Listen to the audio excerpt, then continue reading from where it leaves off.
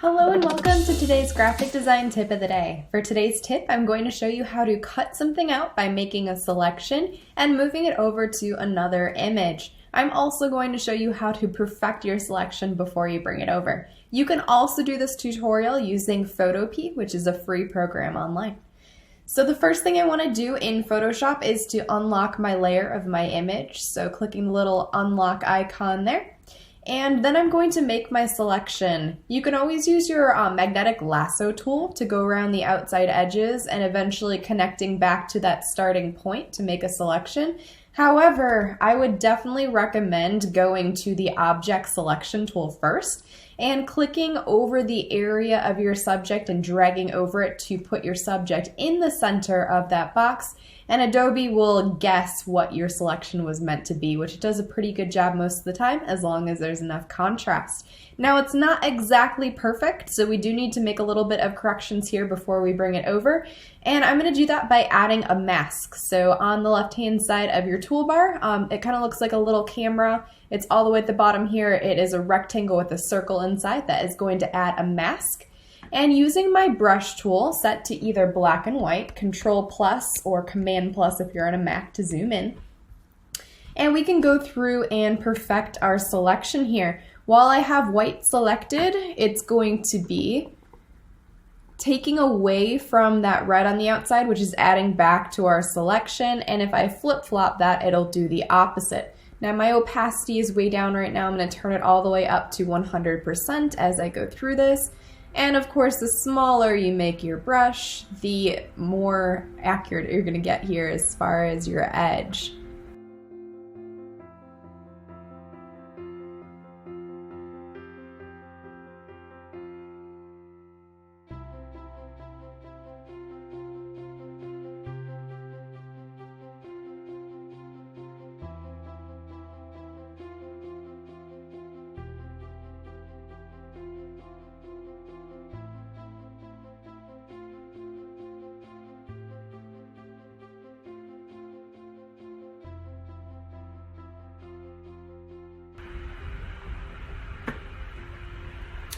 And once I have my selection exactly how I want it to be, I'm going to turn off my layer mask. Now notice in this example, I did leave some of the ground as part of my selection so that I can help to use that to merge with my other scene to make it more believable.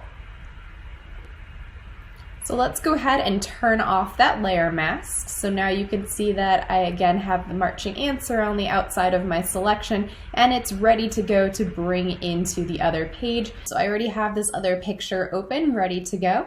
All I need to do is grab my selection tool, my move tool, and I'm going to click on the object and drag it over. You can also copy and paste it over, which is how you would have to do that in Photopea instead of drag it. And with Control T or Edit down to Transform and over to Scale, you can resize your object. In this case in Photoshop, you don't want to hold the Shift key down, but if you are using Photopea, make sure you do hold Shift to keep your design proportionate. And we can place him in the scene here. Now we want to make sure that he's going to blend into the environment provided. So I left a little bit of sand here. I want to get rid of some of it and have it merge into the sand that's already here. So I'm going to add a layer mask to this. So if you click on your layer and add the same kind of icon that was on the other side, this is going to add a mask to your specific layer. And using my brush, again, either set to white or black, I could add and subtract from that selection. So if we come down here and make our brush a little bit bigger, turn the opacity of it down so it can gradually fade out into the other sand. You can see that while black is selected, it's adding black to that layer mask and it is removing the picture on the top. If I wanted to add back to this picture, then I would just flip-flop my colors or values so that white is on top and it would add back to it if I make a mistake or take away a little bit too much.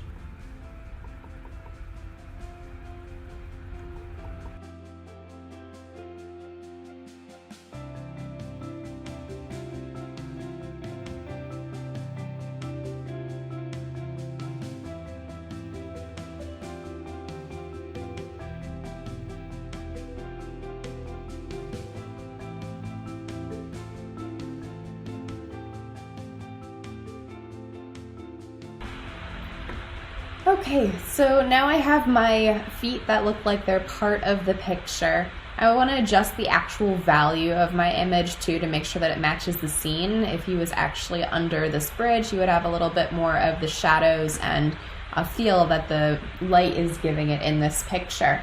So I want to go ahead and grab my layer again instead of the layer mask, and now I can go up to image adjustments and over to my exposure option. And I'm going to turn the exposure down just a little bit.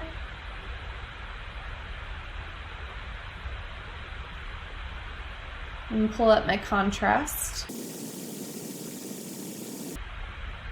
Okay, so it's starting to look a little bit more like the scene he's in. And now I can go in with my burn and dodge tool as well. Since the light is coming from behind him, I'm going to touch the edges just a little bit with the dodge tool to give it that illusion that the light is coming from back there.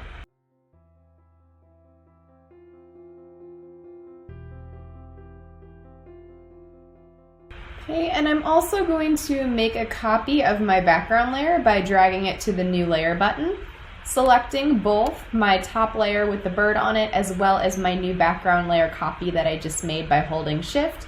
And if I do Control E or Command E if you're on a Mac, or right click and merge layers, you can merge those together into one so I can see my before and my after. Now I want to change the values of the entire picture to really make these two pictures start to come together.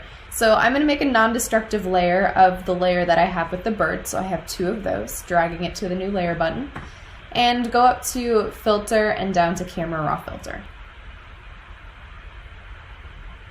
Okay, and then with camera raw filter on, we can adjust the temperature of the entire scene, whether we want it cooler or warmer. I'm going to go with that warmer look. It's already starting to unify the two pictures just a little bit more because you're going to see a lot of the same colors in both of them by changing that temperature. We can adjust the exposure of the whole picture, pull a little bit of those highlights back out.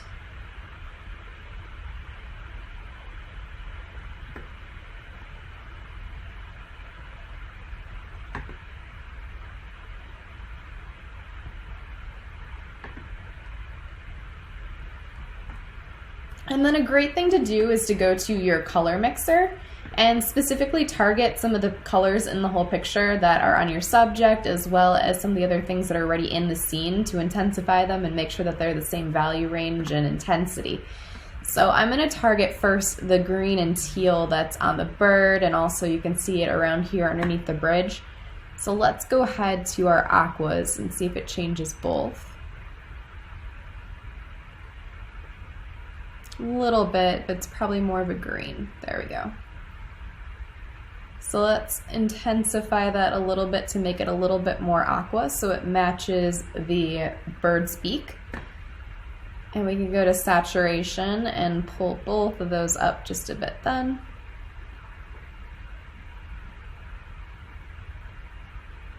Again, starting to unify the picture by having that same color in multiple areas. And I also really like that orange rust. It really complements the green. So let's go ahead and target the reds and oranges and pull the saturation up those just a little bit too.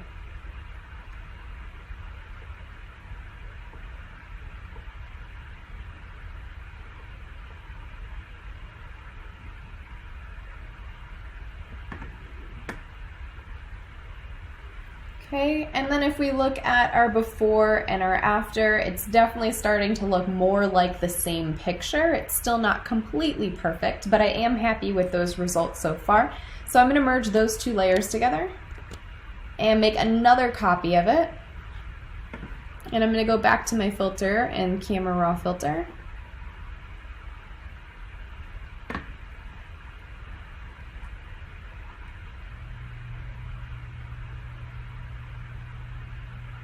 And from the bottom, I want a little bit of this vignette. So I'm going to pull that in and push it towards the midpoint so that the sand in the front has a little bit of that dark edge on it, just like it does under the bridge. Really bringing our attention to the bird, but feathering it out enough where it's so subtle that you don't notice that there was something added.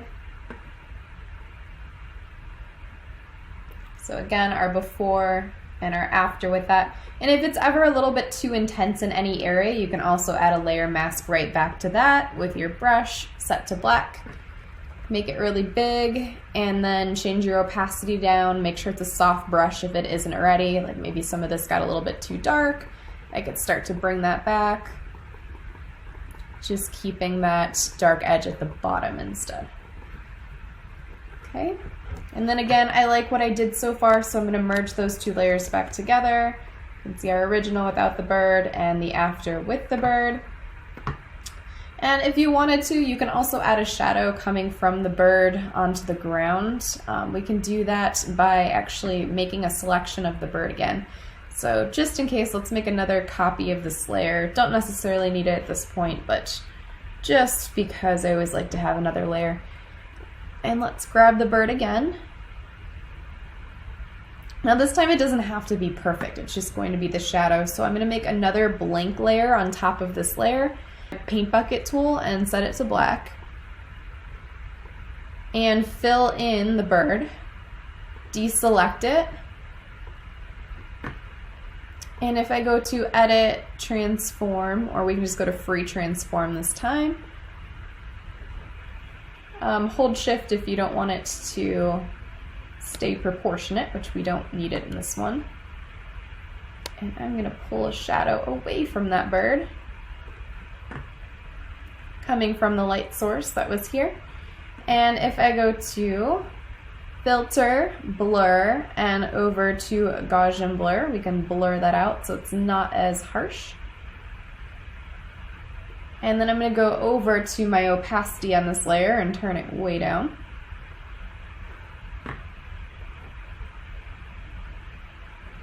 And I'm also going to add a layer mask to this layer and go back in with my brush set to black. As the shadow gets further away, it's going to fade out.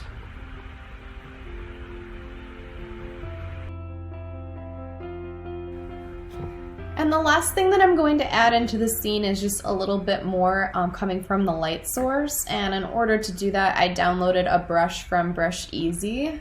It's Brush EEZY, and it's a sunshine brush. It's called Free Sunshine Photoshop Brush. And I'm going to change my brush to white and turn my opacity all the way up, my exposure all the way up for this brush, and stamp it in. Make sure again you are on a new layer.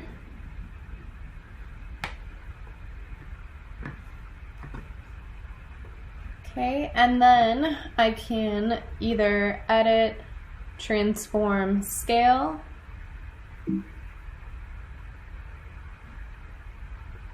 to make it bigger, smaller if I need to, or if it is just right. You never want to just leave it like this. It doesn't look real. We want to use a layer mask again. So I'm going to go back to my mask option down here and use my brush, this time put it back into this circle shape, a nice fuzzy brush. And I want to turn my opacity way back down, about 19% will be good. And where that harsh edge is, I want to take away some of that light that would be hitting the edge up at the top. And I definitely want it to slowly fade as it's coming down here. Just a little illusion of that light coming from the back. And let's go ahead and merge all of these layers together. Again, we can see our before and our after. I hope you enjoyed today's graphic design tip of the day.